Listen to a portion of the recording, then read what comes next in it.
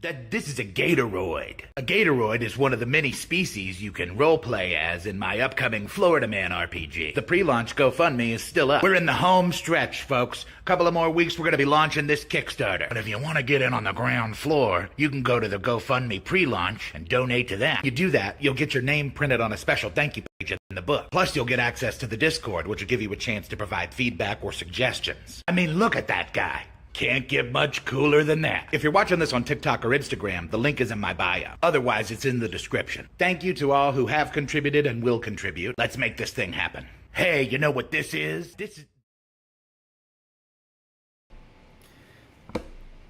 And please, do not forget, we still have the GoFundMe up for PuffyCheetoh's family.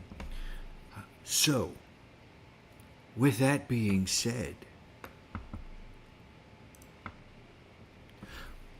welcome into Rogue Bard Advice, a D&D TTRPG nerddom podcast where we talk about everything from D&D topics to questions about my life to archaeology subjects. I am your host. You all may know me as the Pirate Archaeologist or Pirate or the Rogue Thief Pirate Archaeologist or Captain Bartholomew Bones McCoy. Welcome in, everybody. I would like to take this time to welcome in everybody in the chat.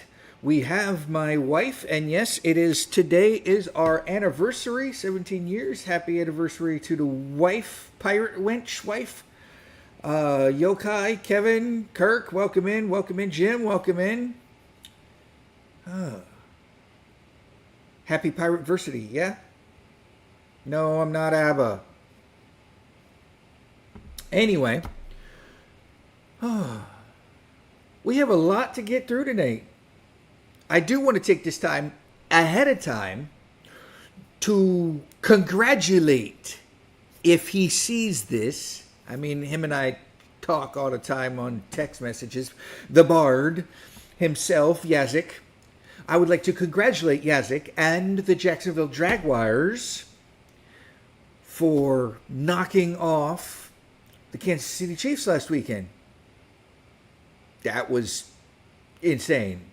I also want to congratulate any of the New York Giants fans out there for taking out the Eagles last night, 34-17.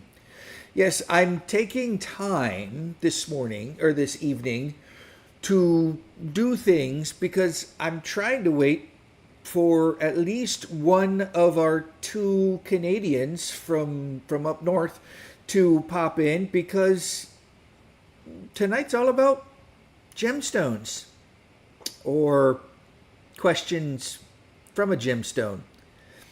Thank you, Bacon. Thank you for that. So, there she is. There she is. That's who I've been waiting on. Thank you. Welcome in, Ruby. And I'm pretty sure Ron is right behind you. And you guys too. Happy 32nd anniversary last week.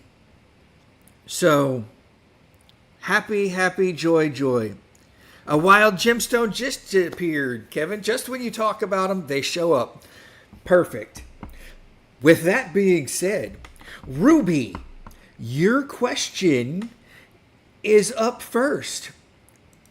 And you asked, on the topic of derailing the DM, in both the Airships in Iwata and We Play campaigns, Chaz and crew derailed the campaign in session, making Ethan having to rework his story.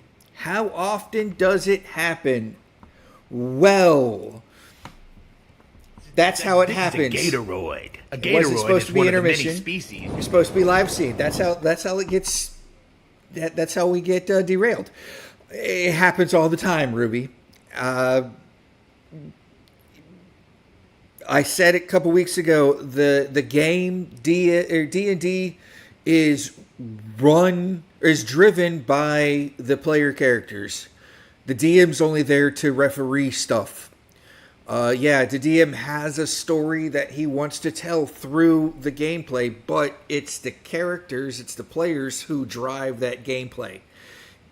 While that being said, there are things, and we talked about this 2 weeks ago, I think, there are things that a DM can do to railroad the players into doing what he wants, into himself driving the story, to keep them from getting derailed.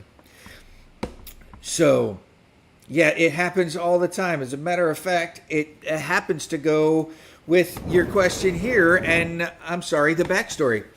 The backstory, because I derailed the conversation. See how that happens? So I hope you got the question that you were looking for, Ruby. It happens all the time. I even do it here.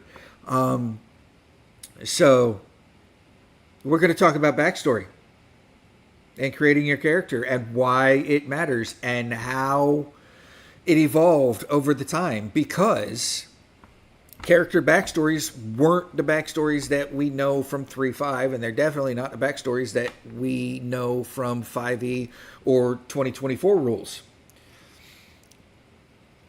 No campaign survives contact with the players. Exactly. Session 1 in both campaigns. Yep, they derail the campaign. I still to this day, and I'm a bad friend. I smack my why is it, you know what? Hold on a minute. I got to edit something because somehow that got moved. Anyway, I'm a bad friend. I still have not watched Airships in Nawada, and I still have not watched the We Play content, but I will get to it eventually. I should, because Airships in Nawada sounds great, and Chaz is always praising the story that they did and everything else. So, Kevin says, if you're too nice a DM like I was, it will happen. Not saying one should be mean or railroad, but being too soft or lacking confidence will make it worse. The DM should have a commanding presence. Yes. Yes. Although, while some DMs do have a commanding presence, if your players have a more commanding presence in their role play, then they can still derail the game.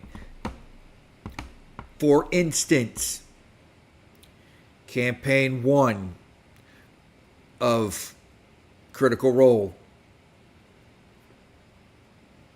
Grog Stonejaw basically derailed the campaign when he kept rolling 20s.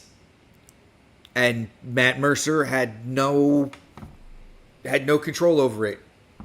Derailed the entire campaign because of how Grog rolled, or the player who plays Grog, how he rolled. It was, 180, 200 something points worth of damage in one shot. Airships and We Play can be found on their YouTube, on the Man Shorts YouTube, over in Shorts, I believe. Or not Shorts, but videos.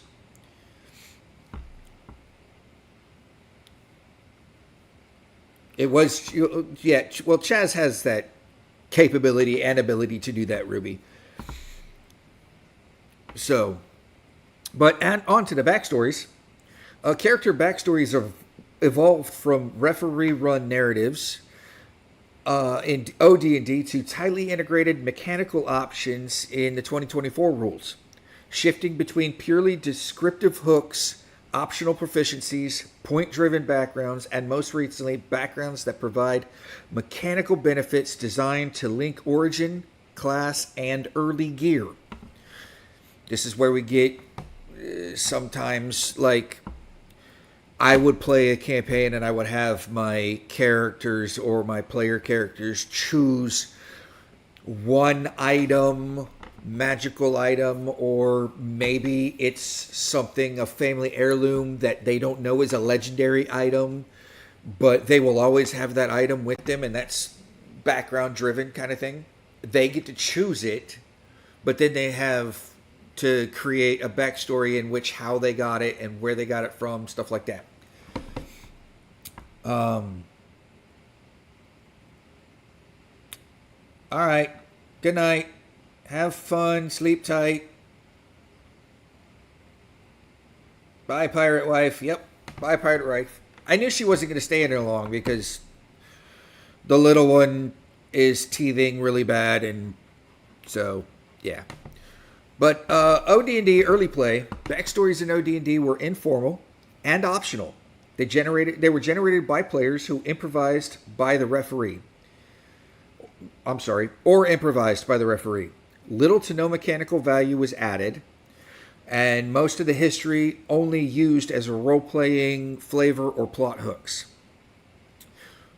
AD&D 1E and 2E, they began to codify the personalities and cultural ties, but still treated backstory mainly as roleplay.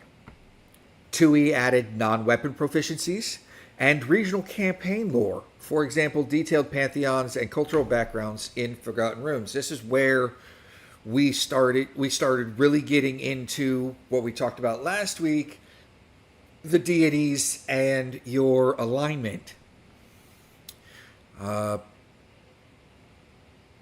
Giving characters mechanical traces of their past through proficiencies and language choices while keeping most narrative work player driven.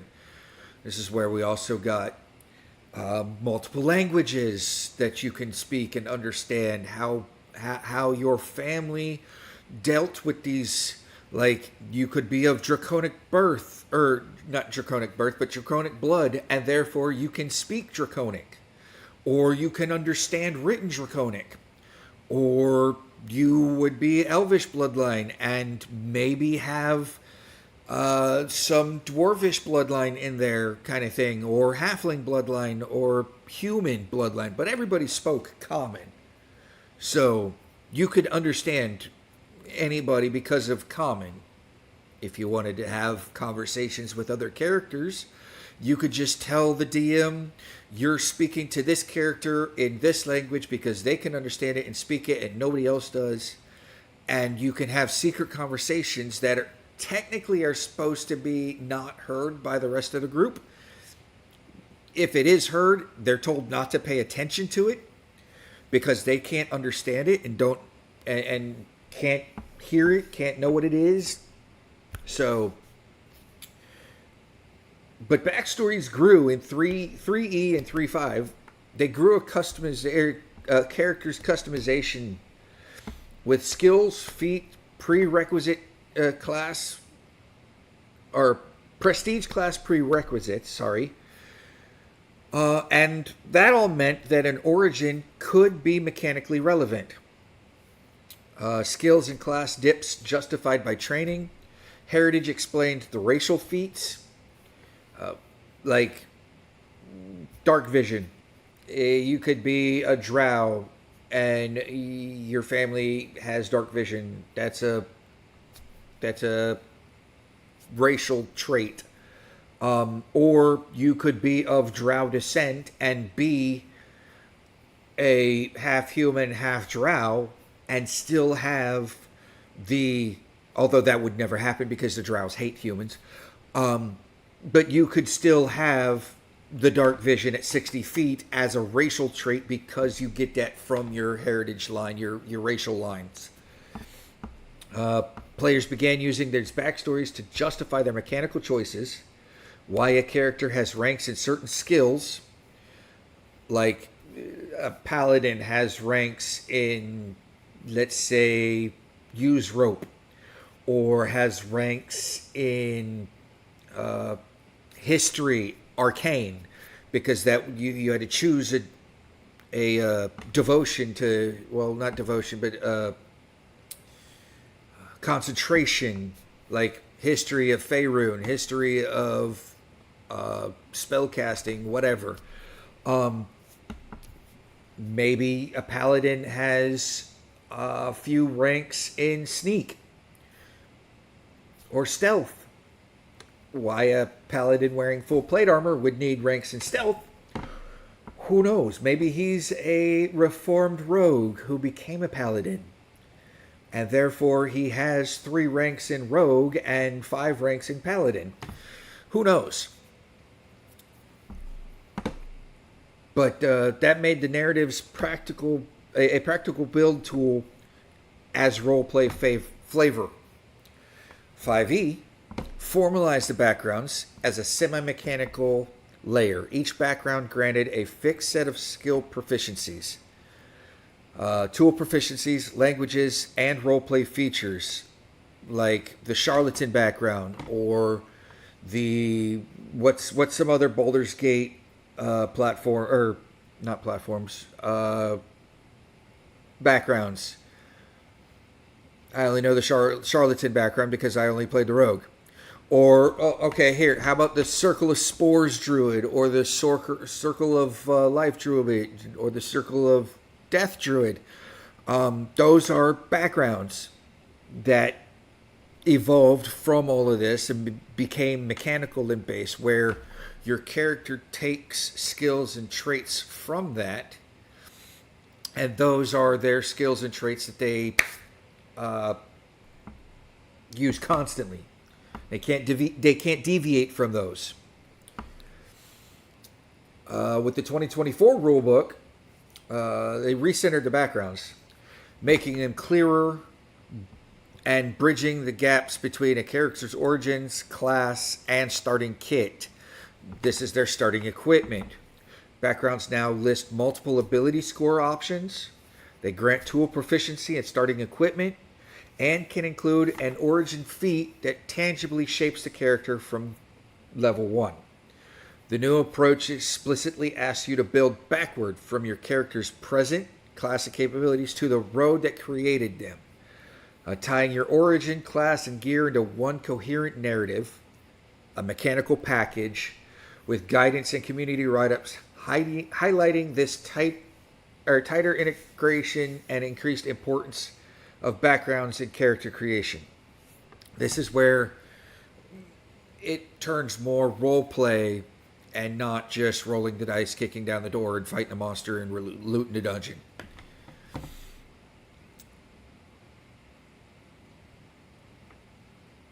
And that's the backstory. And it could be anything. It could be anything you want. I usually, for my wizard characters or my sorcerer characters, if I play a wizard or a sorcerer, I usually play it as a high elf sorcerer, and I have a backstory of an aristocrat, so I start with a lot of gold. I start with like 100 gold pieces, where everybody else is starting with like 10 gold pieces, so I can buy anything I want because I'm of aristocrat nature.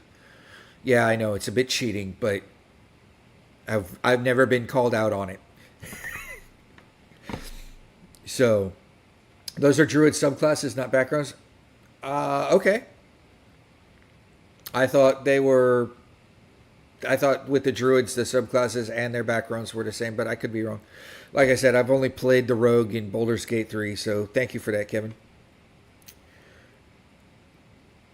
But where was I? That was see Ruby, that was a derailment. But anyway, so again, I was never called out on my wizard or sorcerer's backstory. I'm never called out on my rogue's backstory, though my rogue has a reason to have as much gold as he does because he's stolen it. So yeah, your background, your backstory can be whatever you want. Roleplay it. And for our question 3, Ruby, this comes from you also. It did fit. It did run right off the rails. As a matter of fact, is it easier now with 5e to derail over 3.5?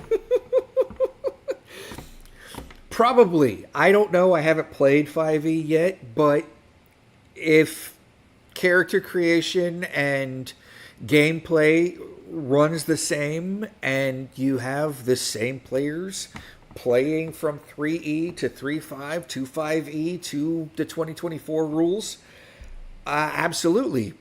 it is just the same, if not easier, to derail the campaign. I mean, 3.5 was pretty easy to derail the campaign. Just don't do what the DM wants you to do. Do the opposite. Kevin has a fun story about one of his characters starting with a cool item. Okay to share? Absolutely, Kevin. Absolutely. I will put it up there. This is why I wouldn't be good at the game. I have a photographic mind. Hey, photographic minds are great for the games. Because now you can see and remember everything that's happened. Spezia sent his question just now. He works in mental and behavioral health care for the government in the U.S. I missed so much of this. It's being recorded, Spezia. It's fine. You can rewatch it as soon as we get on. Or get off of here. Because I don't edit anything. I just go straight through. And it'll be available right away. Kevin says, in the game Hunter, a White Wolf game, I had a hunter who put a lot of points into a weapon for her. It was a sword of condensed light that cut through anything. In reality, it was a dormant angel. A sword of condensed light that cut through anything. Sounds like you made a lightsaber. Did you make a lightsaber? If so, good on you.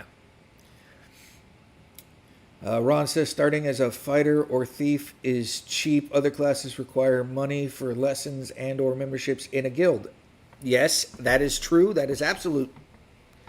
That is absolutely a fact.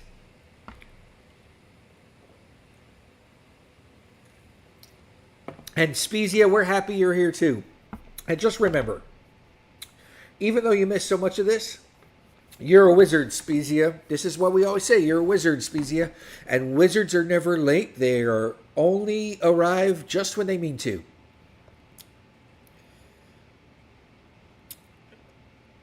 Had a previous campaign character being hunted by the current party. Same core group. That same 10 plus year setting I was telling you about. Okay. And Kirk had a big bad in a game he was DMing. Prepped a long story arc for him. First time he showed up, I had the worst run of bad dice rolls ever. It was laughing tragic. It's a lightsaber if you say the crystal is a trapped angel or something. I would agree with that. I would absolutely call it a lightsaber then. You know, I had an idea growing up about trying to create, and it won't ever work because you can't ever find anything that large.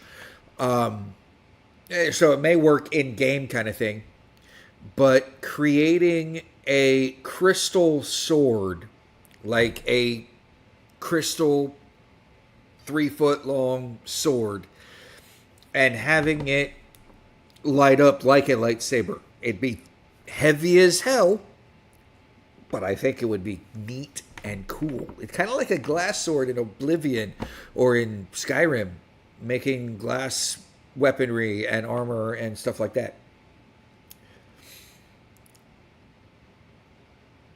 But yeah, it was going to be cool. And now we have people out there. What is it? Forge something. Out there making plasma lightsabers. It's a whole backpack thing that has a connection to a freaking handle that looks like a lightsaber, and they turn it on, out shoots a plasma stream freaking 3 feet long, and it's controllable. So Spezia asks, have you ever seen the sword art online Iron Hand arc with Roselia? That happened and they want to Critio her. I have never seen that. An obsidian sword, that'd be neat. Though obsidian is pretty brittle, but it would be neat. Clear glass crystal doesn't light except at the edge or if a surface it's made translucent. Well, yeah, it would be light up on the edge kind of thing, or I would put something, try and hollow it out kind of thing, and put like rope lights in the middle of it kind of thing.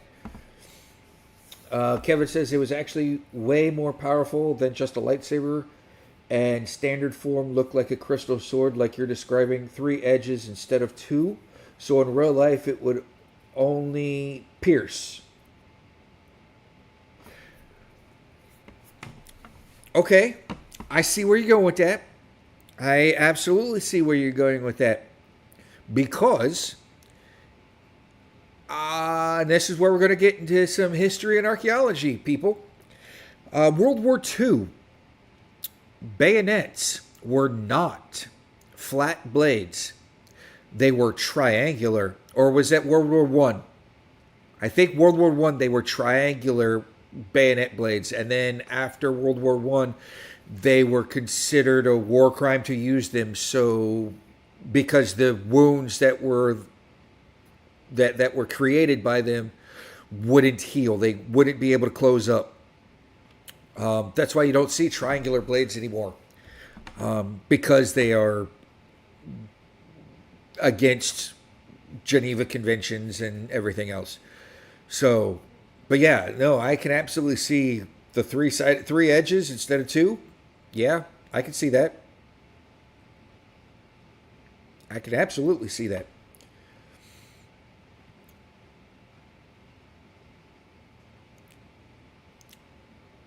Spezia says, if you did a regular steel sword, you could run graphite on the outside. You get light if ran hard enough line wired on the underside. You get a Kylo Ren spark broken crystal effect. That'd be neat. Triangular cross-section blades have been made in many eras. Yes. And that's World War One. Geneva comes after Great War.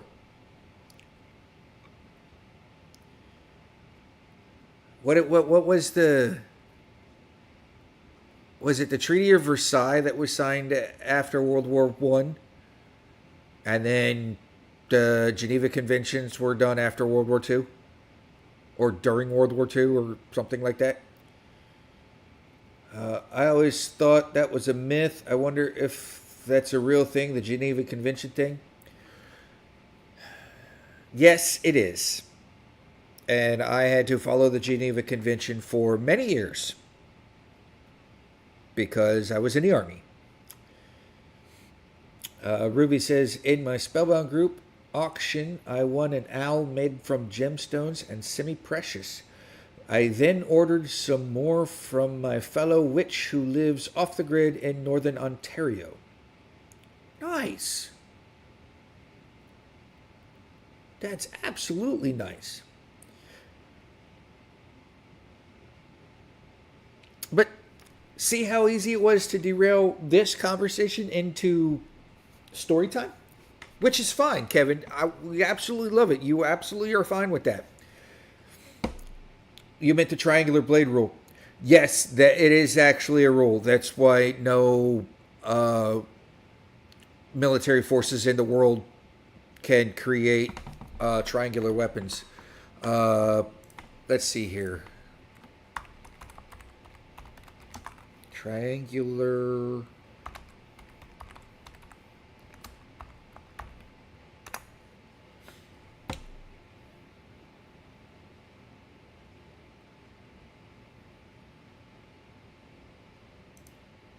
Okay, I guess I was wrong. Triangular bets were not banned by international laws such as the Geneva Conventions, nor are they inherently illegal under general war laws. The belief that they were banned due to the wounds they cause is a common myth, as the Geneva Conventions do not mention triangular blades. The real reason triangular bayonets became obsolete was due to their own practical limitations and the development of more effective multi-purpose bayonets.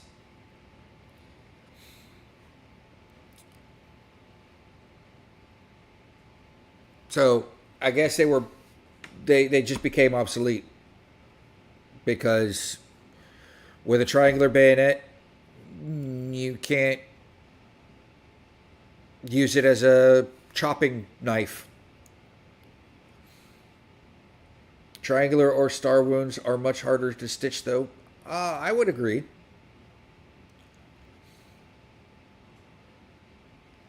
P.S. I don't think that it matters which edition you play. They can all be derailed easily. Yes, and that was the end point to these questions, Ron.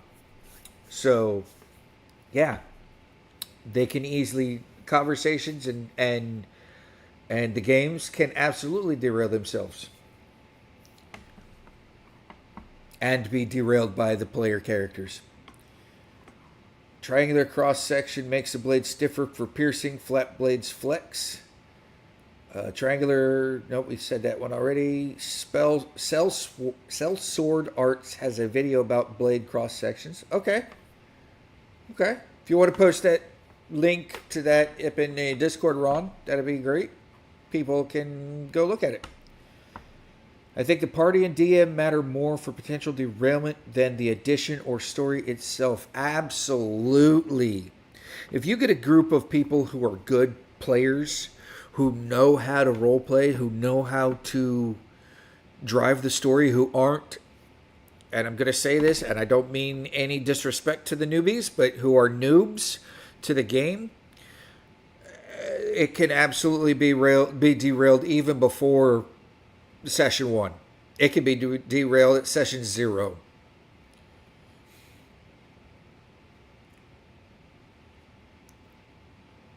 Kevin is right. Kirk is right. I stand corrected. Fell for the myth. I bow. Well, I fell for the myth too, Spezia, but that's all. That's because I was always told that.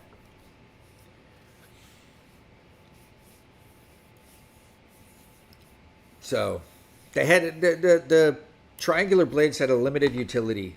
They're primarily designed for stabbing and not effective for other purposes such as cutting.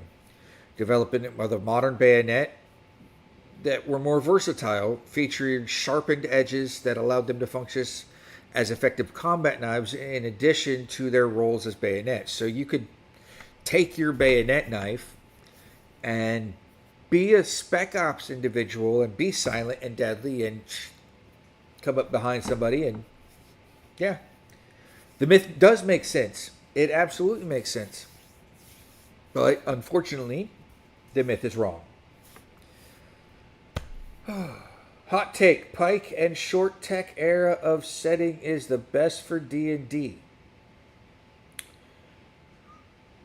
Shot tech, not short tech. Shot tech. I don't know what you're trying to get at there, Spezia.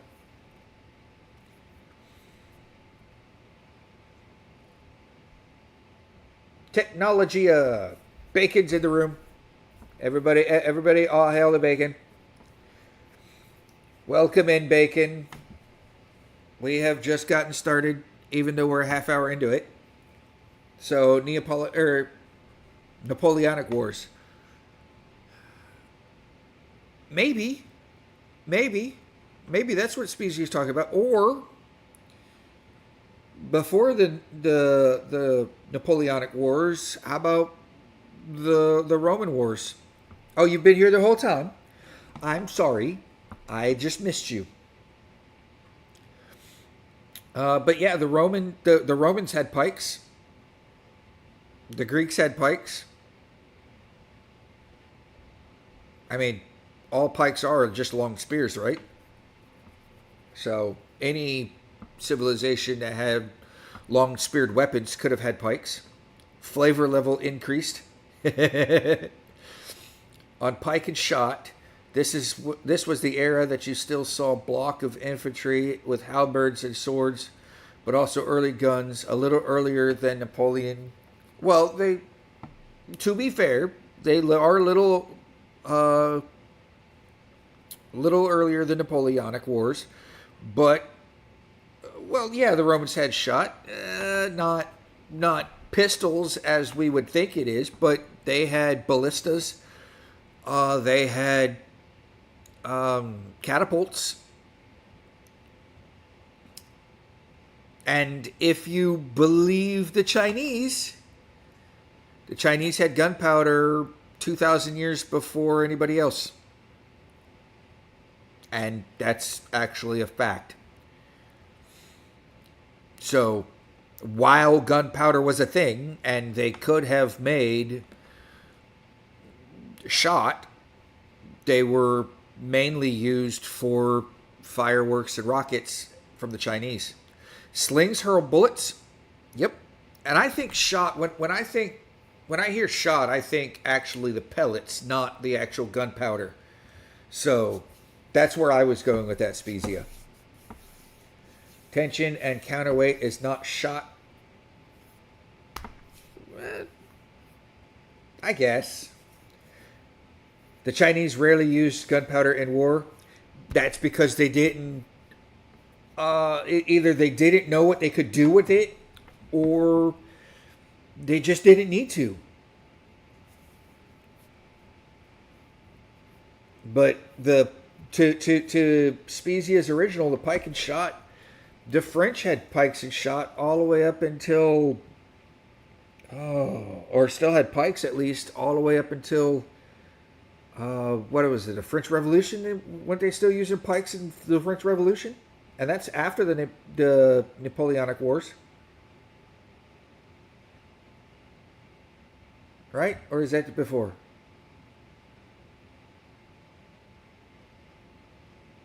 Somebody fact check me on that. Was Napoleonic Wars before or after the French Revolution?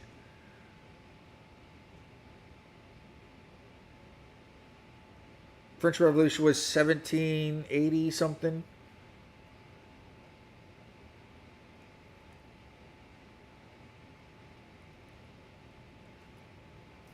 Ruby just bought some proper Cadbury chocolate for a friend who had surgery today. Some of her favorite hard candies. She is from over there in Newcastle. Yes. Also, to be fair, pike and shot is a historical academic term for an era of warfare. Okay. That's perfect.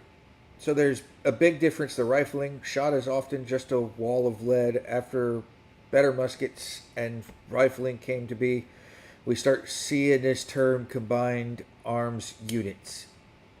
Okay. That's interesting.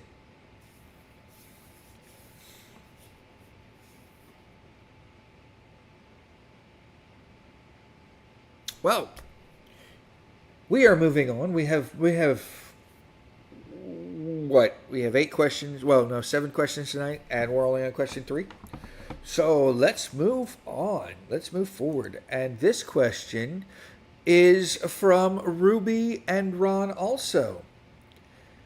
And I was hoping that the pirate wife would have been in here for this one, but she's not, because I was going to have her weigh in on this. But Ruby writes to me, also says, we made it back up to the trailer to celebrate our 32nd year anniversary. We discussed what was our worst anniversary and our best.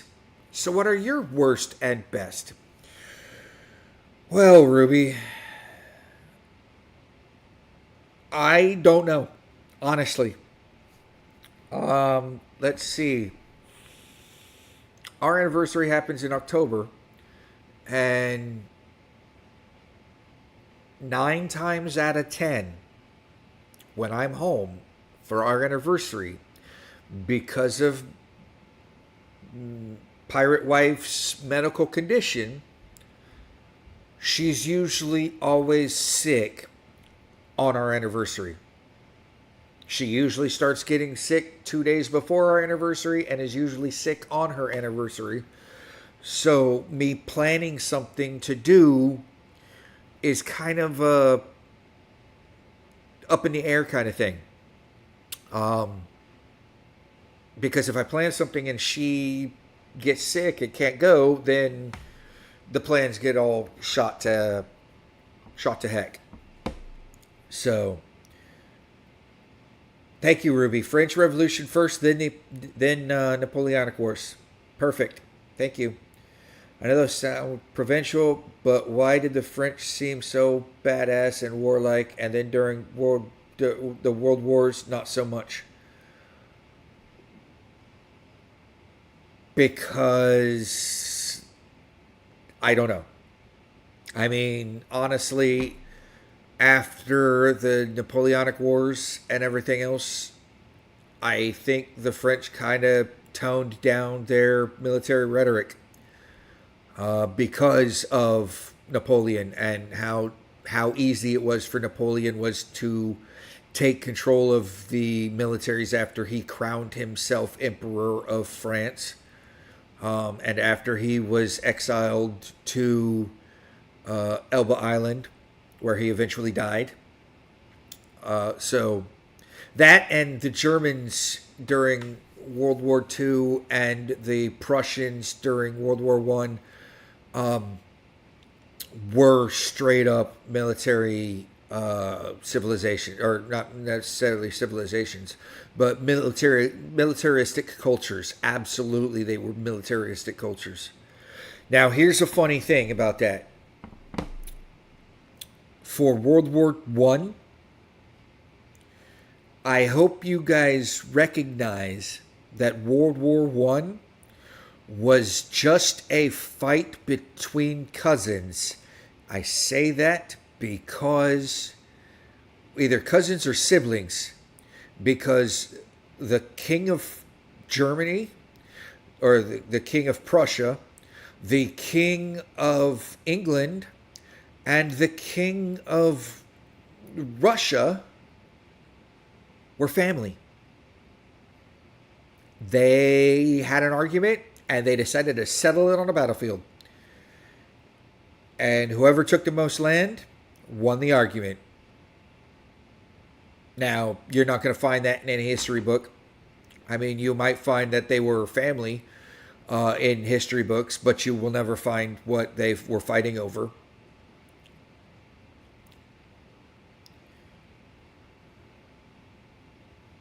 Napoleon was still popular in exile too. He was, with a small sect of people. So outdated tech in World War I, and then after adopting newer technology like the MAS-36 that worked, they didn't adapt to faster movements in World War II. Probably. A huge reason is the Lebel rifle system, the first smokeless powder rifle, but they did it far too quickly. And the French didn't like to fully replace their platforms, so they just tried to upgrade it. Okay. That makes more sense now. Ruby's worst was was all of 25th, as it was Ron taking her medical imaging for cancer diagnosis. Ah. Our best was the 30th, being up at the trailer park in a rental cabin having a lovely fire. That's always nice. Kevin, maybe because it was more about weight of numbers than technological development at that point. I think that is absolutely fair to say, Bacon. I know a lot of the royals of Europe were related, but I didn't know all their family trees, how close. Absolutely. Either siblings were married off to others, other countries and other cultures to fortify family lineage and to fortify alliances. But yeah, everything is connected over there in Europe. Everything's connected. Thanks for the theories and explanations, Spezia Bacon. Yes, thank you for helping out. But those are some of our worst anniversaries because we don't actually get to do anything. And that is probably... I want to say we've lived in Oklahoma City for 11 years. So 11 plus 3, that's what, 14 of our 15 years. We weren't even, well, either we couldn't go out because she was sick or I was deployed. or I was in Germany. She was here in the States in 2013 while I was still in Germany finishing up my last tour. So we didn't spend our anniversary there either. I guess our best anniversary, honestly, I forgot about this. Our best anniversary was the anniversary we had in Germany. We went to Edelweiss, which is actually in southern Bavaria. We went there for a weekend or a week kind of thing, something like that. We had, granted, it was not just Melody and I, it was me and her and our stepdaughter, or my stepdaughter, and her grandfather. Her grandfather came out, and Alexandra was out, and we all went down to Edelweiss and had a grand old time. Went everywhere. We went on a three country bus tour. We went through Austria, Liechtenstein, and Switzerland, through and circled all the way around to Germany. So, yeah, that was probably our best one. It was, Ruby. It was. Sometimes I miss being in Germany. Mostly for the food and beer. You'd like to join, or you'd like to visit, Kevin? I will say this, Kevin. If you get the opportunity to go, go. Absolutely go. And if you have the opportunity to go, do not fly across the pond. Ask Bacon. Do not fly across the pond in coach or economy. You gotta fly first class. You have to. You have to. If you're going to experience the other country like that, you got to experience it from the whole thing. And if you're going to do that, I recommend buying your tickets a year and a half in advance. You can do that because I bought my tickets to Italy, my first class tickets to Italy, about a year before we actually went to Italy. And I got my tickets for like $600. First class tickets round trip. Day of flight, those same tickets that I was buying had skyrocketed up to like $5,000 to $7,000 a ticket. There's your price difference, Kirk. The closer you get to your fly date, the more expensive the ticket is. Like I said, I bought my tickets in October of 2021, and I flew out to Italy in June to August, or July to August in 2022, and my ticket was like $671 to $700 and something dollars.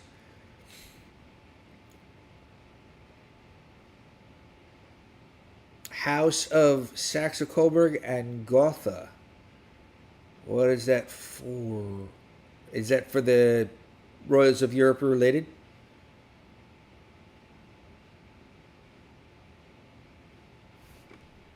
Do you realize how much of a Scrooge I am? I would have to get an Uber deal, probably have to buy the tickets 10 years ahead of time. So I don't know that you could buy them 10 years ahead of a time, but I know for a fact you could go through Delta and Delta's website and buy the tickets at least a year in advance. Mainly because that's a constant route. You can always count on that route being there, and that route goes Atlanta to Germany or Atlanta to Rome. Now, granted, I was going to Rome. So that's where my tickets were, and it was a non-stop flight. Though I flew out of Oklahoma City to Atlanta, and then Atlanta to Rome. Name change to Windsor. Okay. House of Windsor. Yes, House of Windsor.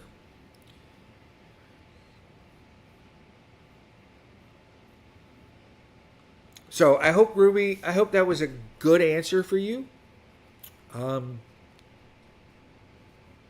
And I hope you learned a little bit more about me and Pirate Wife. Moving on to question 5. I have a question. I am fixing to start a solo D&D campaign. I was going to have 2 characters, but I want to go with 2 that have good synergy. What are 2 classes that go good together? This could be skill or subclass.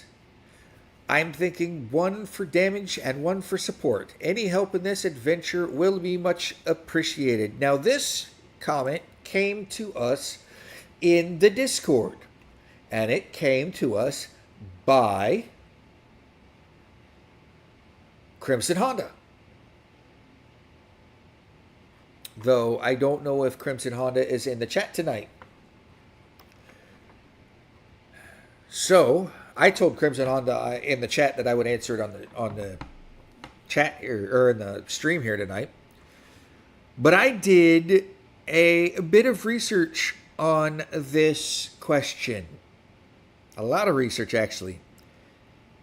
I went a little further than what Crimson Honda is asking for. I went 2 good class synergies. I did poor 2 class synergies. And I did the funniest pairings, like the buddy comedies or the odd couple parodies or pairings for a whodunit comedy kind of thing. So let's go through these. This is going to be a long stream tonight, guys. We're definitely going to go over the hour. So, our good 2 class synergies: Paladin and Sorcerer, Smite Battery and Meta Magic. Paladin provides the Divine Smite and frontline durability. Sorcerer adds spell slots for more smites, flexible meta magic to extend reach or quicken smites, and access to powerful buffs and control spells. Fighter Rogue, action economy and crit synergy. Fighter's action surge and extra attacks combine with Rogue sneak attack and precise positioning to deliver burst damage. Fighter durability lets the rogue play more aggressively.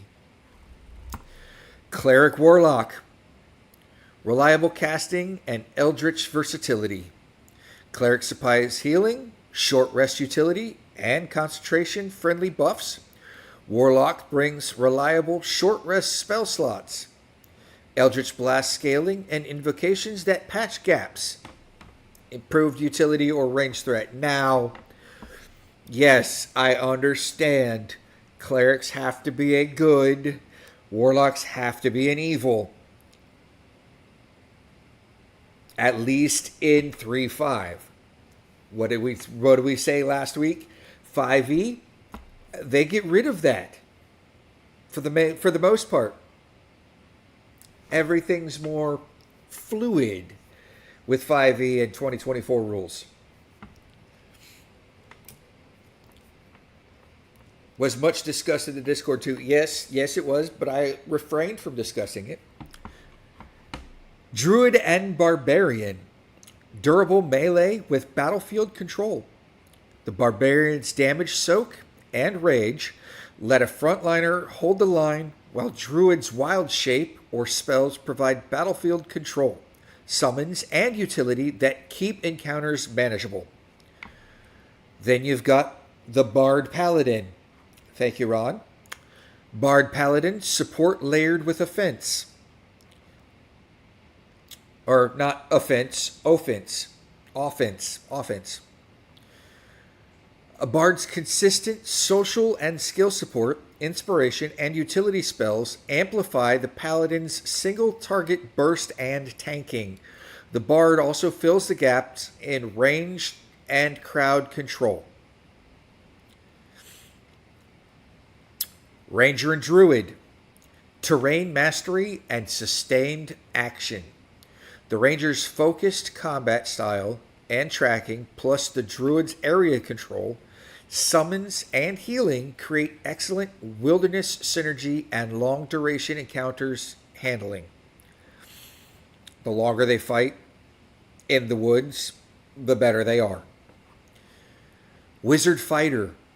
Think Eldritch Knight or Battlemaster build complement. Control plus constant melee. Wizards lock down space and shapes. Fights with control and high damage spells. The fighter stays durable and capitalizes on the windows the wizard creates, also protecting the caster when needed. Cleric, Life or War, and the Paladin, unbreakable frontline with sustain. The cleric's heavy healing and buffing, paired with Paladin's smites and saves, creates a frontline pair that can sustain through long fights and shrug off punishing hits. Kevin has one of the most effective armor building team of 3 or 4 if they get a muscle bodyguard. Nice. The poor 2-class synergies. Commonly weak or awkward. The Barbarian Wizard. Conflicting roles and resource mismatch. Barbarian relies on rage and strength constitution, while Wizard needs intelligence and concentration.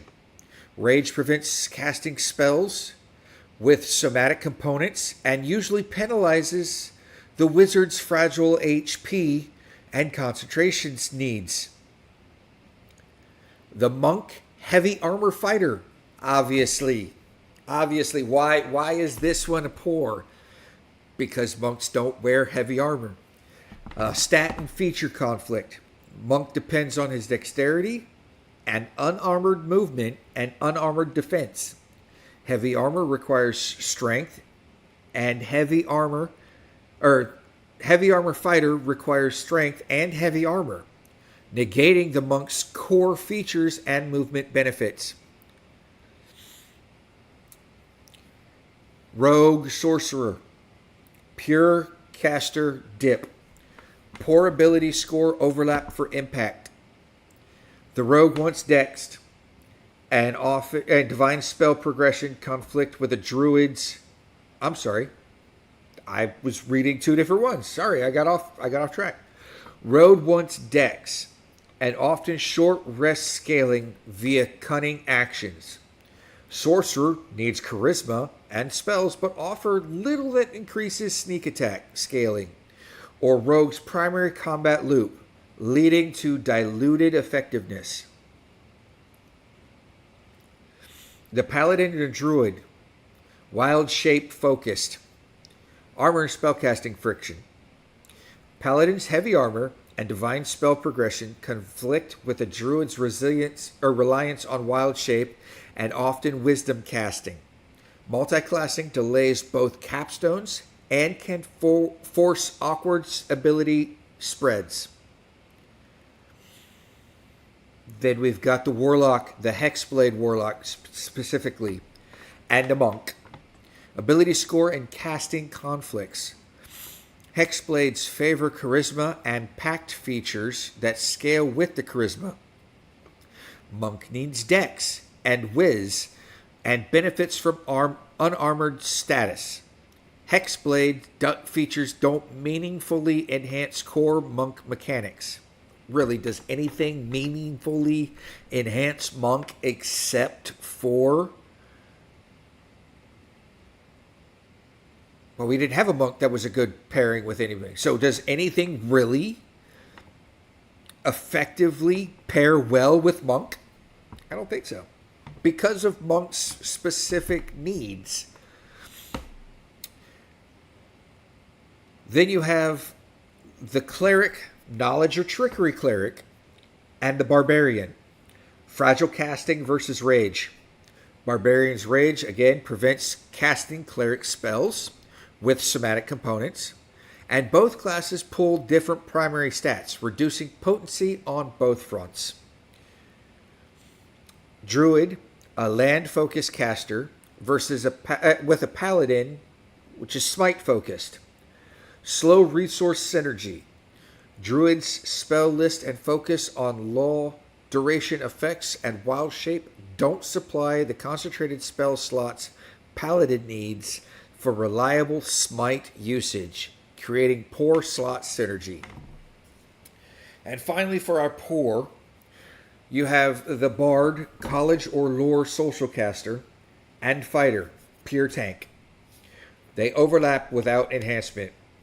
Both can contribute, but Lore Bard's strength is support and skills, while Pure Tank Fighter already fulfills frontline duty. Combining often delays both class milestones without producing strong new capabilities. Basically, they're the same, honestly. Though the fighter has probably more HP than the bard. They both physically do the same thing. Crimson Honda, you're here. Welcome in. Welcome in. If you missed everything, I will post this list in the Discord later, or you can just listen to this podcast as soon as we're done. Going forward, I took this a bit further. Like I said, I decided what two classes would make the most hilarious of a campaign. Now, I think these are great. You guys may feel differently. So let's get at it. The number one, and this is what I'm trying to play in my new campaign that I'm going to be playing with a group of friends that I met up in Norse Forge Gathering. One of the players is playing a Dragonborn Paladin, and I'm playing a human rogue. And I am going to hire the Dragonborn Paladin to be my bodyguard kind of thing. Because the way I'm wanting to play my character, my new character, is he's basically Raymond Reddington from the Blacklist. And I'm going to be looking at our Paladin, our Dragonborn Paladin, to be kind of in the role of Denbei. If you've seen the Blacklist, you know who Denbei is. Denbei's Raymond's bodyguard. He's been there for years and everything. And then Raymond is the concierge of crime. He's absolutely a rogue. So, Paladin and rogues are the number one on my list. The lawman and the streetwise informant. Why it's fun? Paladin enforces the rules and moral code, while the rogue skirts them, forcing constant ethical tension and pragmatic cooperation. The campaign beats moral dilemmas, uncover ops, a heist where only the rogue can pick the lock and only the paladin can sway the witnesses. The roleplay hooks. Paladin constantly quotes duty, while the rogue rolls their eyes and improvises. To me, that's a great pairing. And if we look up here, we never had a good pairing for Paladin Rogue. We had Fighter Rogue, but not Paladin Rogue.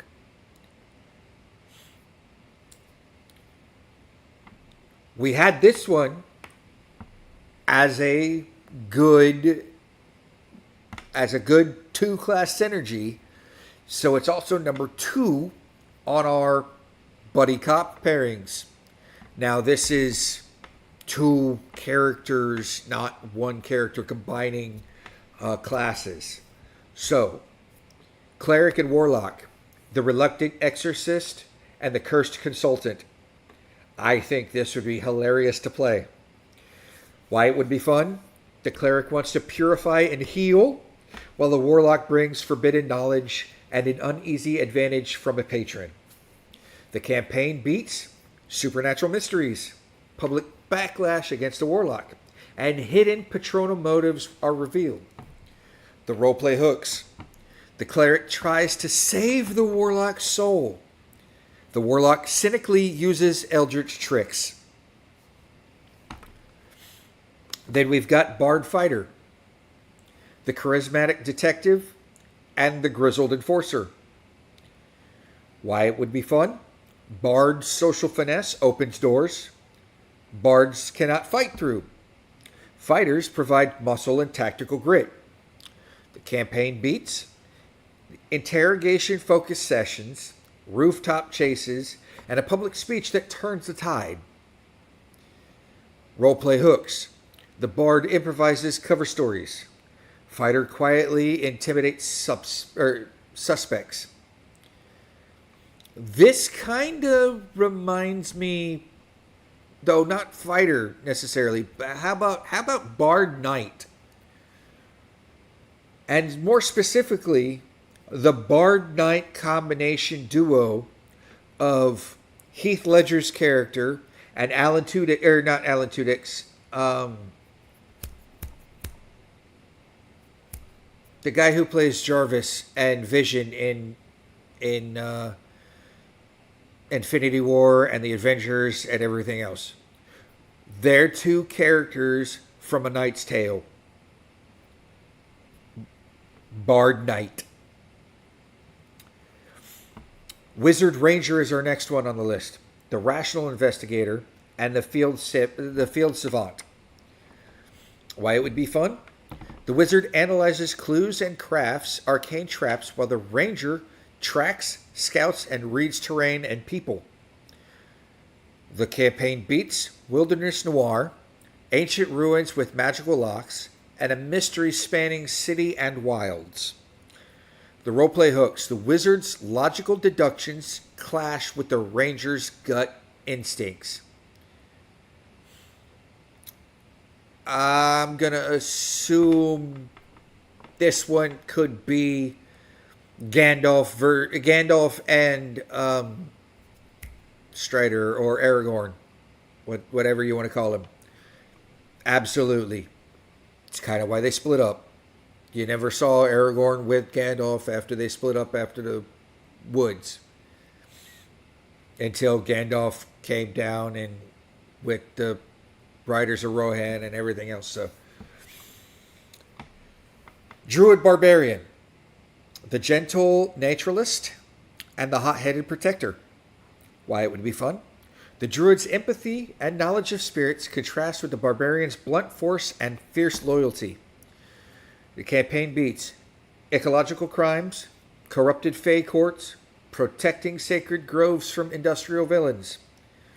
And the roleplay hooks. The druid negotiates with nature. The barbarian smashes machines.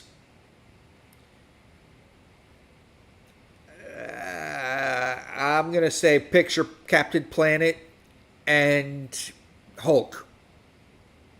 Honestly. That's how I can picture that. Then you've got the rogue and sorcerer. The con artist and the wild card mage. Why it's fun? The rogue plans scams and distractions. The sorcerer's metamagic turns plans into spectacular improvisations. The campaign beats heist capers, double crosses, and illusions that erase fingerprints and memories. The roleplay hooks. Rogue scripts the job.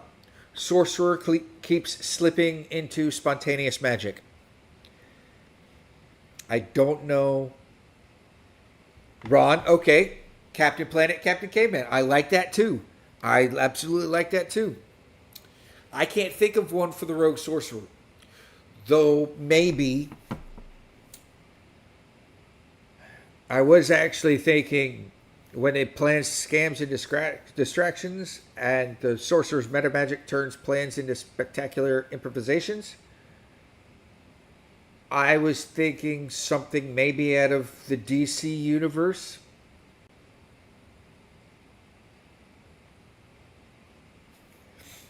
Subtle spell sorcerer and spell thief do spells, steal spells, and rob people without anyone ever knowing With the right subclasses, builds Sorcerer Rogue is awesome as dual class or two characters. So I don't think it's just funny, but actually strong. Loki and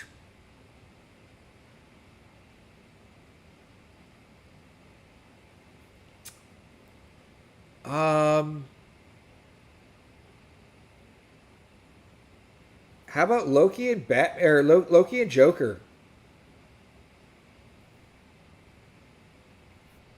Or,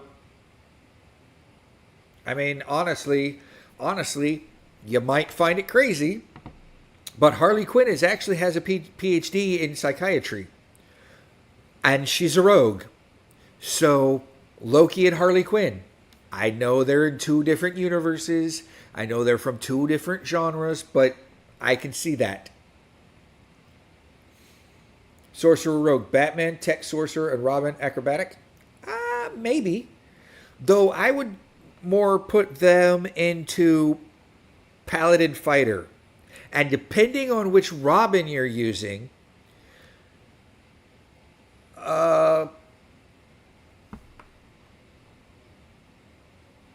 yeah.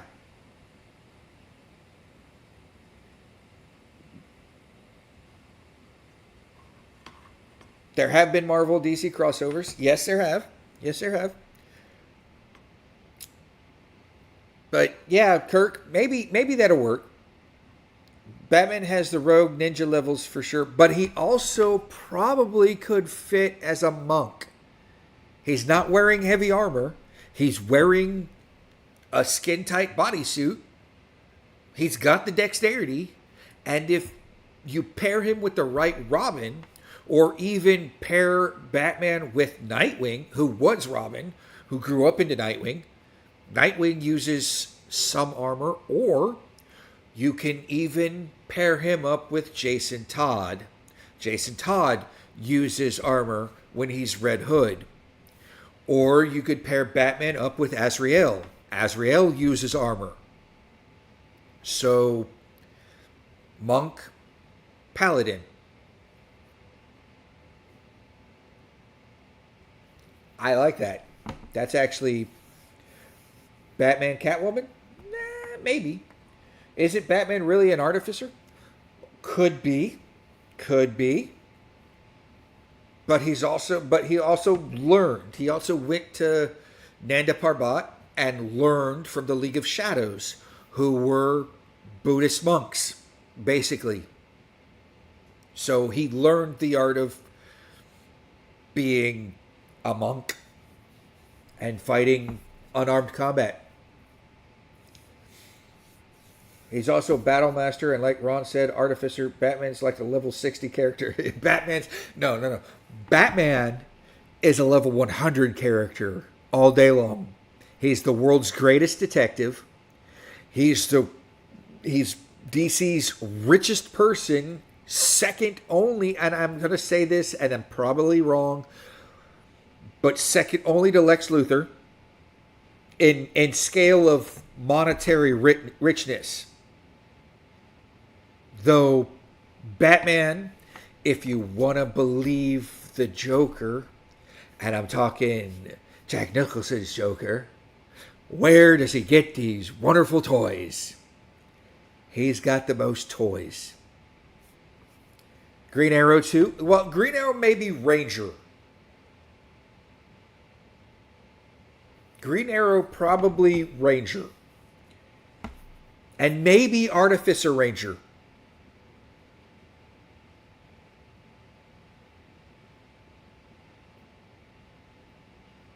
But I see where you're going with that, because Green Arrow did learn from the League of Shadows also under Ra's al Ghul. He is filthy.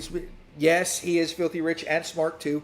I would put Green Arrow third on the list of the richest DC characters. I think that's fair. What about some kind of Lady Hawk matchup? You mean Hawk Girl?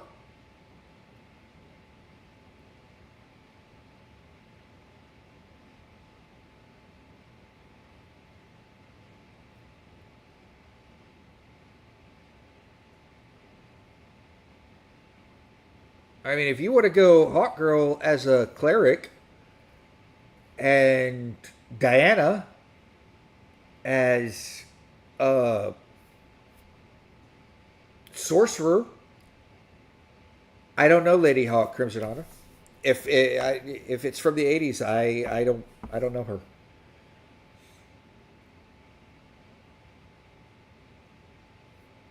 But moving forward, we could take this discussion more into the Discord. We've got a little bit more to do. The Paladin Druid. Nope, I'm sorry. That's still poor. We went back to the poor. Bard Fighter. The Charismatic Detective and the Grizzled Enforcer. This is where we get Batman and Robin, probably. Though, would Batman be a bard? Could Batman be a bard?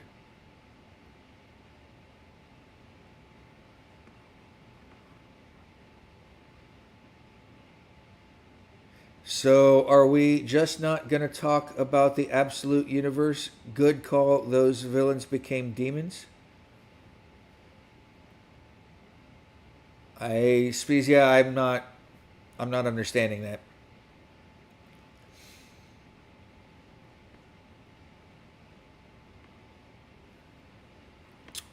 But why a Bard Fighter pairing would be fun? The Bard's social finesse opens doors. Wait, we said that already. And we already said Wizard Ranger. And we already said Druid Barbarian. And we already said the Rogue Sorcerer. Because we were on the Rogue Sorcerer. I had gotten off track. Lore and Glamour Bard works for Batman Bruce Wayne. Okay, perfect. Google Absolute Batman and Absolute Joker real quick. Let's see. What are we talking about here?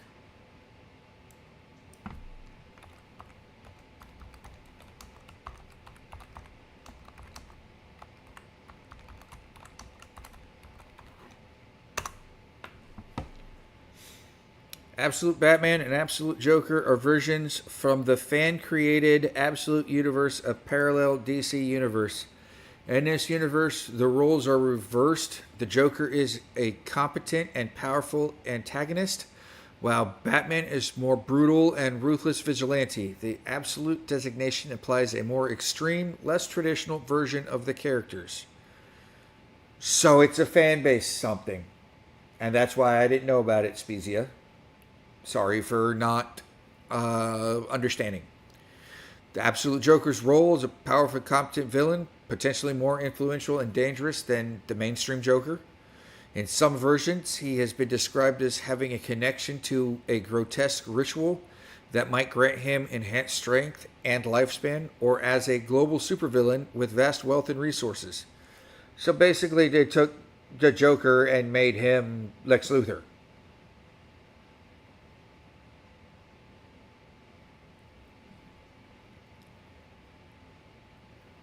Everything that I'm seeing, Spezia, is saying that it's a fan created, that it's a fan created comic setup.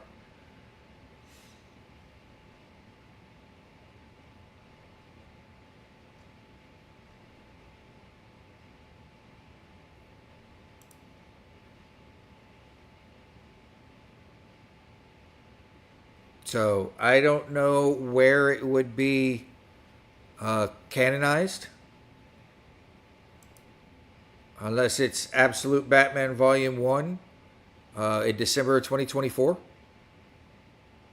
was its cover date. It was published on October 9th, 2024. Is that what you are talking about? Because it originally was fan created. It's what if Darkseid made a universe to make the Justice League's lives as bad as possible. Okay. More like Kingpin, it sounds like. Well, maybe. Maybe. Absolute Batman is a superhero comic book series published by DC Comics based on the character Batman, per Wikipedia. Okay, thank you, Jim. I saw I have DC fandom up right now, and it's showing that the cover, the first Batman Absolute Volume 1, Number 1, was released in December 2024. So, cover artist Nick Dragata and Frank Martin. Writers were Scott Snyder, penciler Nick Dragata, inkers Nick Dragata, colorist Frank Martin, letterers Clayton Crowells, and editors Sabrina Futch and Katie Kubert. So, it's a new set of comics that I hadn't even heard about or knew about. So, thank you for introducing us. Anyway, what was the next question, and where should I share my army building team of ladies? You could share those in the Discord. But we have...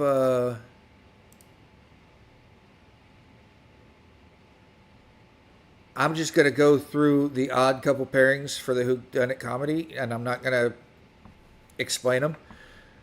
Paladin Warlock, Upright Crusader, Questionable Sidekick, Monk Bard, Meditative Stoic, and Flamboyant Showman, the Artificer and Rogue, Tinkerer and Sleight of Hand Performer, and Cleric Trickery and Wizard Illusion, the Divine Prank Team. So, but I hope that helped. I know it's a lot, but it is what it is. Our next question comes from our good friend Kirk. And Kirk says, today much of our creative output goes into electronic media, but it is thought that, should our society collapse, all of that electronic media is likely to degrade very rapidly. That tells me that future archaeologists will only be able to study our cultures by looking at the few relics of the age that are dedicated to not being electronic. You're absolutely right on that.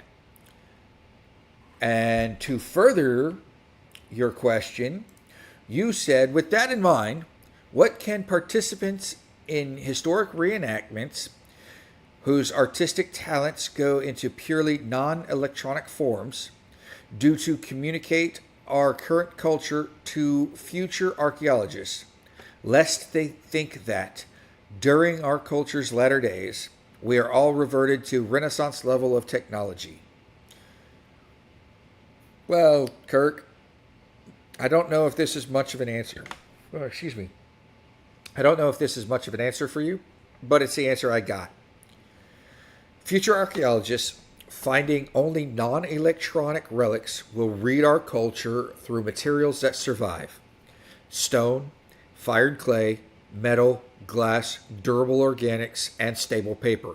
The things we're already finding from cultures of the past. Reenactors and makers who specialize in purely analog arts can intentionally craft artifacts that communicate the breadth and late industrial, early digital world rather than leave a fossil record that leads to everyone lived like it was 1500. The suggestions that I'm going to give are practical, low-tech, and designed for longevity, redundancy, and intelligibility. What to make? Make everyday domestic records, menus, grocery lists, product labels, assembly instructions for common objects, furnitures, bicycles, etc. Technological descriptions, infrastructure maps, economic traces, legal and civic texts, cultural artifacts, scientific records, personal testimonies, and digital era metadata in analog form. You can actually make it analog.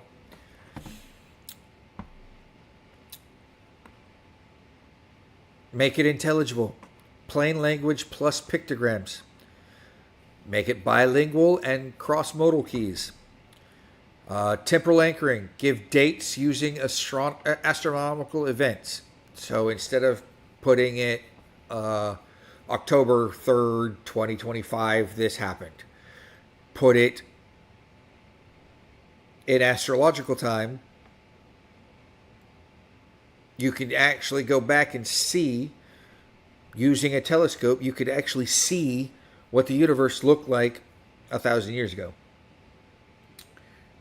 Scaling and measurements show a physical scale bar. Put a scale bar on your things. Checksum and redundancy. Encode the same information in at least 3 formats: text, pictogram, and diagram. And then interpretive legend. A short primer explaining the artifact's purpose, provenance, and creator's intent. Think of it as an analog README file. Write books on media that don't decay as quickly. Yes, absolutely. Or, like I was suggesting Kirk do with his minis and his D&D books, put them in a hermetically sealed chamber. Or put them in a vacuum sealed something that the plastic of the vacuum seal isn't going to degrade over time.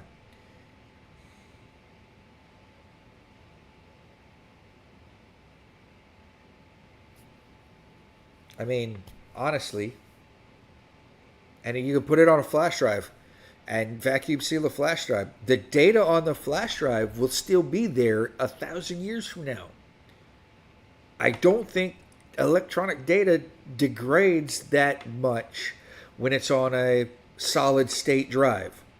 Now, on a HDD, on a hard drive, a 1990s or 1980s hard drive, or even tape material, if we're going back that far, like reel-to-reel stuff, yeah, I think it would degrade. But a solid state drive, without being plugged into anything, it's kind of hard for it to degrade. Kirk confesses this question was prompted by seeing Ren Fair goers who had added some subtle Star Trek references, which I thought could really screw up archaeologists. Well, yes, could. But archaeologists are smart. And we can pretty much figure things out. So, it's a great question, Kirk. It's absolutely a great question, because this is things that you can do currently that will help archaeologists 1,000 years in the future understand our culture, understand what we were going through, because I guarantee you we will not be the same people and not be doing the same things that we're doing now 1,000 years from now. There will be a new culture. There will be a new civilization almost. We will have evolved, and not evolved physically, I mean evolved technologically, to absolutely destroy a culture 500 years from now. And then 500, 1,000 years after that, people start digging up that culture because they're exploring more again and finding this, and they may not know what we went through. You could write on crystals or metal tiles, but displays the crystals but be hard, and the metal tiles would take up a lot of room. Sorry, typos. I meant it would be difficult to display 3D crystal memory. Okay. I can see that. That's because we don't have the technology yet. But, given in future time, we might create that technology. However, there is something out there in the universe, just outside of our galaxy now. Well, not outside our galaxy, but outside our solar system. Something. Voyager is out there. And Voyager is still transmitting data. Very, very little data, but still transmitting data back to us. On Voyager, there is a 12-inch golden disc, and it's a record, and it's a musical record, but it's not just music. It's got voices of people from across this globe, from all around this world. It also has instructions written on it or engraved in it on how to read this item, how to build the machine that is used to play this object, so that future cultures, or not future cultures, but alien cultures, alien civilizations could build a phonograph record and play this record on the phonograph and understand who we are as humans. That is absolutely a thing. So you could do that, because guess what? Gold doesn't degrade. Carve it into gold. It'd be a very expensive something, but carve it into gold. It is soft, but again, if you bury it and you leave it alone for 1,000 years, while it's soft, it's not pliable. It's still a hard metal, but it's a soft hard metal. You could absolutely protect it with something. So, did I do an 8 question? Let's find out. Nope, that was you guys' question from last week.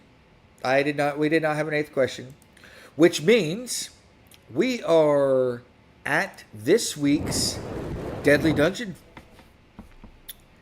And I'm sorry, I have to take this time right now to apologize to all of you out there. All of you out there in the chat, all of you out there in the Discord, all of you that are watching this in the future, because Ron was the one who alerted me, who reminded me last night that I did not put a poll up in the Discord, and I apologize for that. I only gave you guys a day to vote on something. Was it fair to do? No, it wasn't fair to do. But did the outcome produce? It did. And you guys went off. You guys went off hard. But when you see what had happened in the 100 battle simulation, I think you guys are going to laugh. I honestly think you guys are going to laugh. Because this is twice now. Twice that you guys have done this. Let's go to our Deadly Dungeon.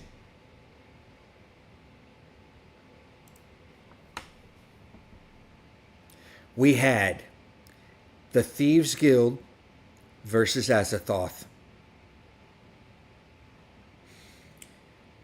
Is it fair to only send you questions in Fridays? Nope, so fair play. A day, pirate. Yes, I'm sorry, Kevin. But even doing that creates issues. Do future archaeologists think that's how all CDs were? Like a survivor bias issue? Maybe. Who knows? Who knows, Bacon? It's a good thought. Yes, Kevin, a day. I'm sorry. But it was the Thieves Guild versus Azathoth. Now, I'm not going to go through. We already know everybody's skill sets with these two. We've been over it. We don't need to go through their strengths and weaknesses. We know Azathoth is the big bad of the universe, and the Thieves Guild is just a group of people who run around and steal shit. with that being said, I do want to discuss the battle itself, or the 100 battles that they did.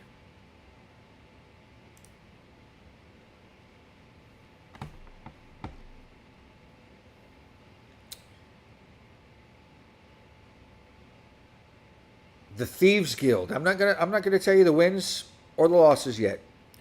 The Thieves Guild, when they won, their wins only occurred when the guild secures time, wards, or artifacts that limit Azathoth's effects. And Azathoth only won by overwhelming reality, shred and madness aura invalidate most of the guild tactics. With that being said,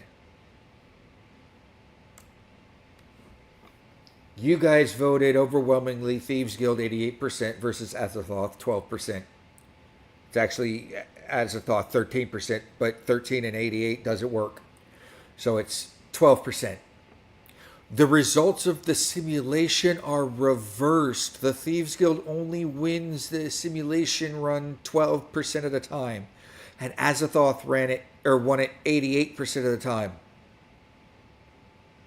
This is the second time that you guys have reversed the numbers exactly. Exactly. But I am happy. Because why? Because the thieves are rogues. And you know we don't ever take the simulation results, that we always take the Discord poll results. So guess who's moving forward? And you will notice that the bracket this week is a little different. The Thieves Guild moves forward, and it will be the Thieves Guild versus the IRA. Don't blame Ron. He voted for the other guy. You're the one vote, Ron. It was 7-1. Who in Discord voted for Thieves Guild? I voted for Thieves Guild. I think it was 8-1. And it was 7-1 before I voted. So Voyager has reached the heliopause and will take another 300 years to reach the Oort cloud, and then another 3,000 years to pass through that to true interstellar space. Thank you for that, Ron. That is completely interesting. And guess what? That's if it doesn't crash into something. But past the heliopause, it's slight chance of it hitting anything, right? So Voyager as a spacecraft is going to survive for 30,000 plus years traveling the universe. That in itself is amazing.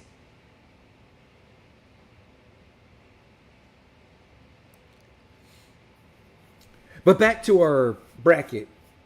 It will be the Thieves versus the IRA.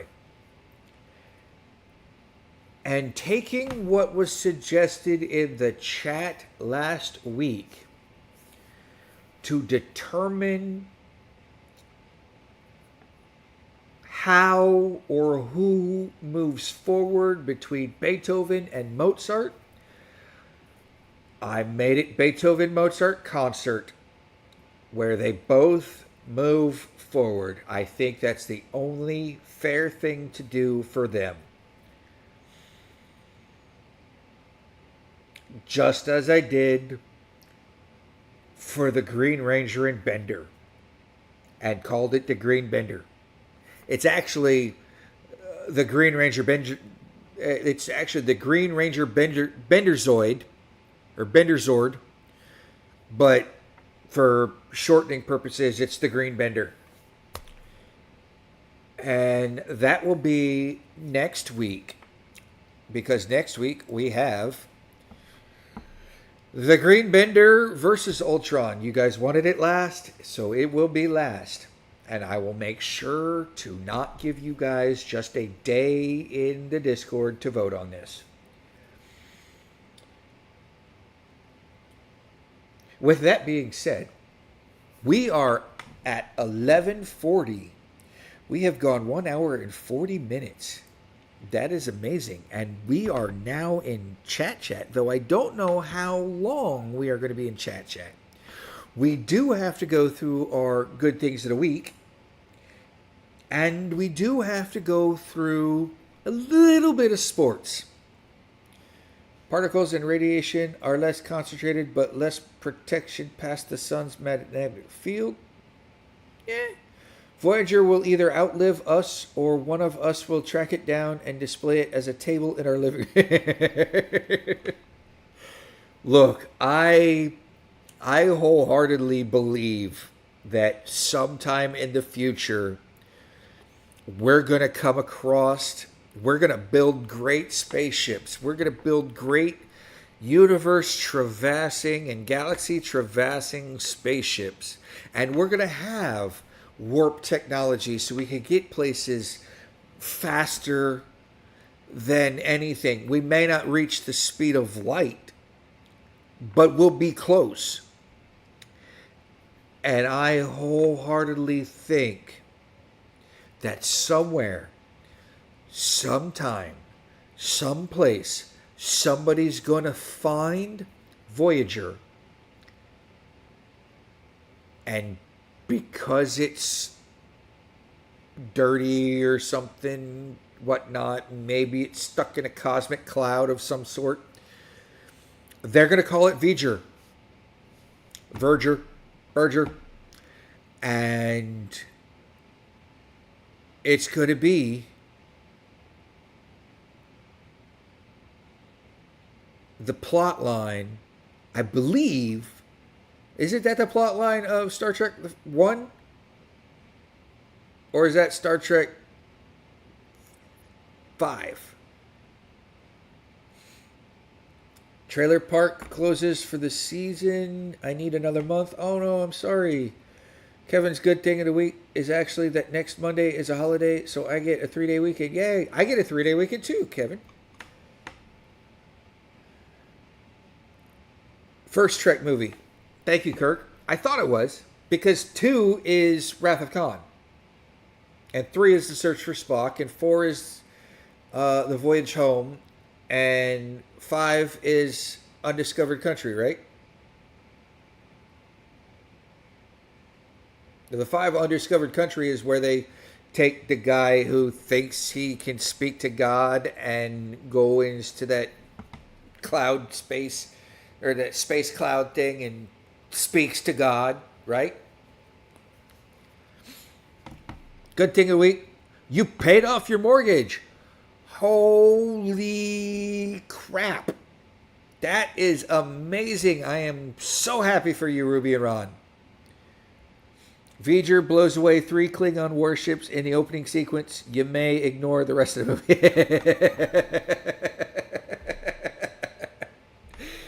Oh, I love that, Kirk. I love that. Which one is the dumb one with the whales and clear aluminum? That would be Voyage Home.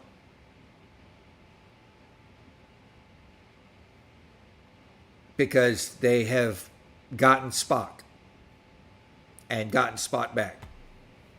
After they shoot Spock into the moon, or into the planet, after Spock dies because of the radiation poisoning from the Enterprise.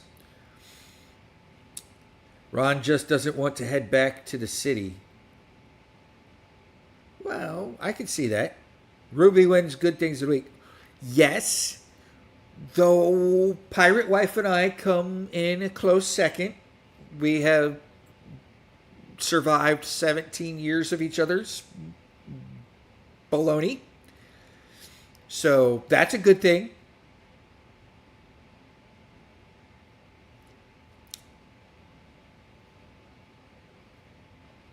But A little bit of sports talk tonight. I know we opened the stream with sports talk, but the Tampa Bay Buccaneers are at home this weekend. Or not. Maybe. If not, they're playing the San Francisco 49ers.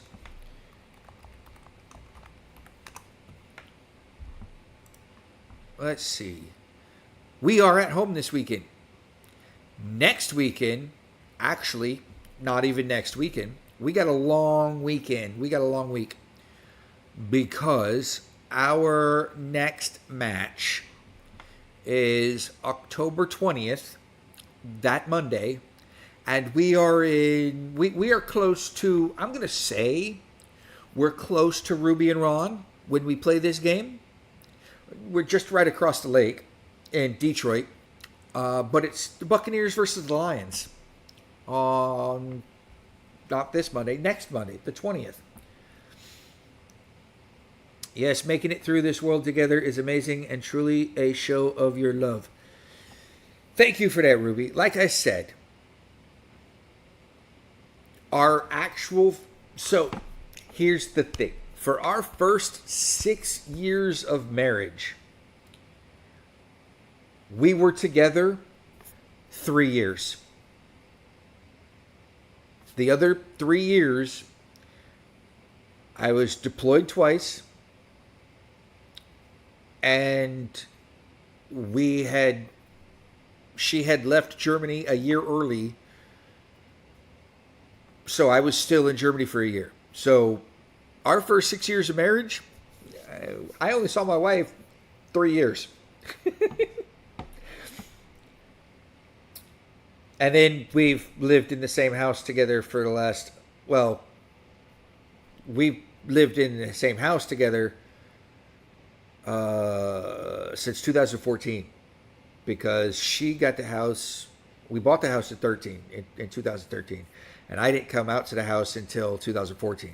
I was still in Germany. So from 2014 to now, 11 years, and the only times we've been apart this is the longest we've been apart in a while. So, and I've been here in Florida since April.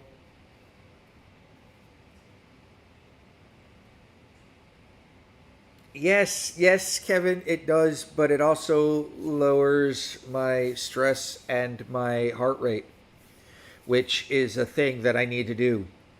And even though I'm on high blood pressure medication, she has a way of raising my blood pressure. So, not saying I don't love my wife. I'm just saying that she raises my blood pressure. With that being said, we're going to end the stream on that. I want to thank everybody for being in the stream tonight. And I want to make sure that everybody has liked, shared, and subscribed to this stream.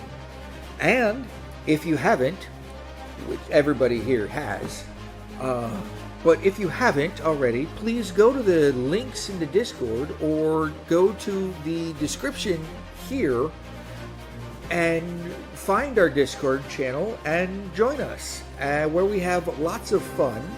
We have lots of behind-the-scenes activities, and yeah, we are Rogue Bard Advice, and you can send your questions to roguebardadvice@gmail.com. It's the email that's on the screen. So please, I will see you all next week. Same Bard time, same Bard channel, and as always, take what you want. Give nothing back. This has been Rogue Bard Advice. I am your host, the Pirate Archaeologist, or Captain Bones McCoy, signing off. Have a great weekend, everybody.